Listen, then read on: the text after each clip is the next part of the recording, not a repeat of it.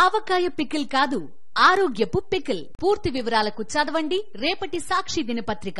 తెలంగాణ కాంగ్రెస్ లో ప్రభుత్వంలో బయట నుంచి వచ్చిన వారికే పదవులిస్తారా? దశాబ్దాలుగా పార్టీలో పనిచేస్తున్న వారికి హ్యాండ్ ఇస్తారా?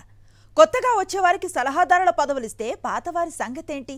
రేవంత్ రెడ్డి ప్రభుత్వంలో సలహాదారుల పోస్టులన్నీ బయట నుంచి వచ్చిన నాయకులకేనా?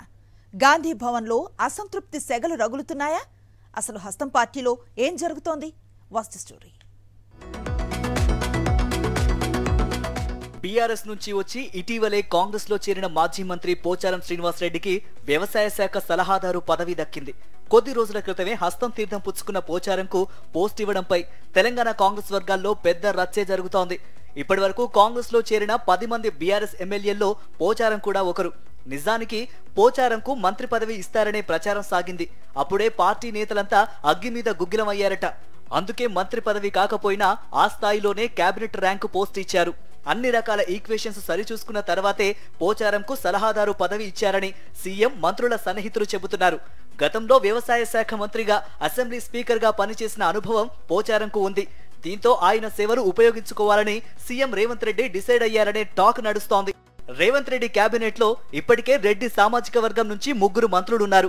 మరో రెడ్డి నేతకు మంత్రి పదవి ఇవ్వడం కొంచెం ఇబ్బందికరంగా ఉంటుందని భావించడం వల్లనే పోచారం శ్రీనివాస్ రెడ్డికి కేబినెట్ బయట అదే తరహా పదవి కట్టబెట్టినట్లు సమాచారం. పోచారంకు పోస్ట్ ఇవ్వడంతో కాంగ్రెస్ లో చేరిన మిగతా బీఆర్ఎస్ ఎమ్మెల్యేలు తమ సంగతేంటని పార్టీ నాయకత్వాన్ని అడుగుతున్నారట. పార్టీ మారినందుకు తమకు కూడా ఏదో ఒక లాభం ఉండాలి కదా అని పెద్దల్ని నేరుగానే అడుగుతున్నారట. దీంతో ఒక్కరికి పదవి ఇచ్చి మిగతా వారితో పేచీ పెట్టుకున్నామా అనే ఆలోచనలో పడ్డారట రేవంత్ రెడ్డి.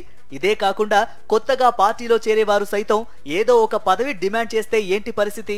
వారిని ఎలా సముదాయించాలంటూ టీపీసీసీ నాయకత్వం తర్జనా భర్జన పడుతోందని చెబుతున్నారు.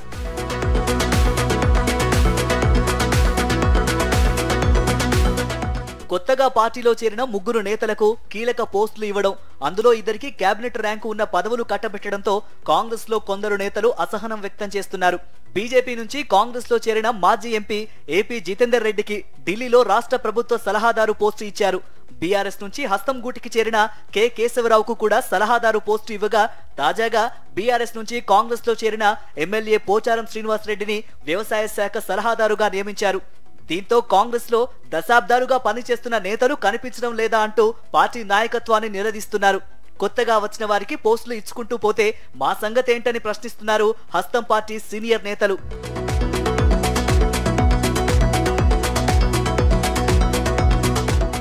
కొత్తగా పార్టీలోకి వచ్చిన వారికి పదవులు ఇవ్వడంపై కాంగ్రెస్ నేతల నుంచి అసంతృప్తి వ్యక్తం కావడంతో పాటు ఇప్పటికే చేరిన ఇతర నేతలు, కొత్తగా చేరాలనుకునే వారు సైతం పదవుల కోసం డిమాండ్ చేస్తున్నారట. దీంతో తెలంగాణ కాంగ్రెస్ పార్టీ పరిస్థితి ముందు నుయ్యి వెనక గొయ్యి అన్న చందంగా మారిందనే టాక్ నడుస్తోంది. బీఆర్ఎస్ ను ఖాళీ చేయాలనే ఆతృతతో కాంగ్రెస్ పార్టీ తప్పటడుగులు వేసిందా అనే చర్చ కూడా జరుగుతోంది.